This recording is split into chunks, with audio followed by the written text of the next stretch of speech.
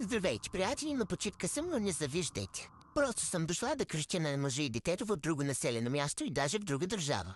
Днес ще се обличаме за плаж, въпреки че хората там се събличат, но аз по очевидни причини не мал си го позволям. Всички бански, които ще ви покажа, са от Pink Angel, изписан сайта и тук влезте да хвърлите по едно око, а пък после може и по някой лев. Визия едно, изрязан неон. Може да ви се струва леко кръщящ, но при всички положения по-добре е на плажа да кръщи банския ви, отколкото вие самите. Съчетала съм го с ефтин чеклоци пак от Pink Angel. И знам, че всичките имате по един чехъл вкъщи, но не сте подлъжни да го сурните на плажа. Този банск е един от любимите ми. Приличам на прияла с джуниори танцорка от Рио де Жанейро, но банския сам по себе си е абсолютен шедьовър. Този съм го кръстил модел или пасукция. Само вие, мъжа ви, знаете истината какво има под него. Евентуално и любовника. Още едно предложение от Сергията на романтична тематика. Понеже съм вече на възраст, за да ни приличам на магистрална фея, съм го съчетала с този разкошен бял сет, който пак е от Pink Angel. За тази визия ще бъда лаконична и язък чебански е точното петите са напукани като черпанска кирмида.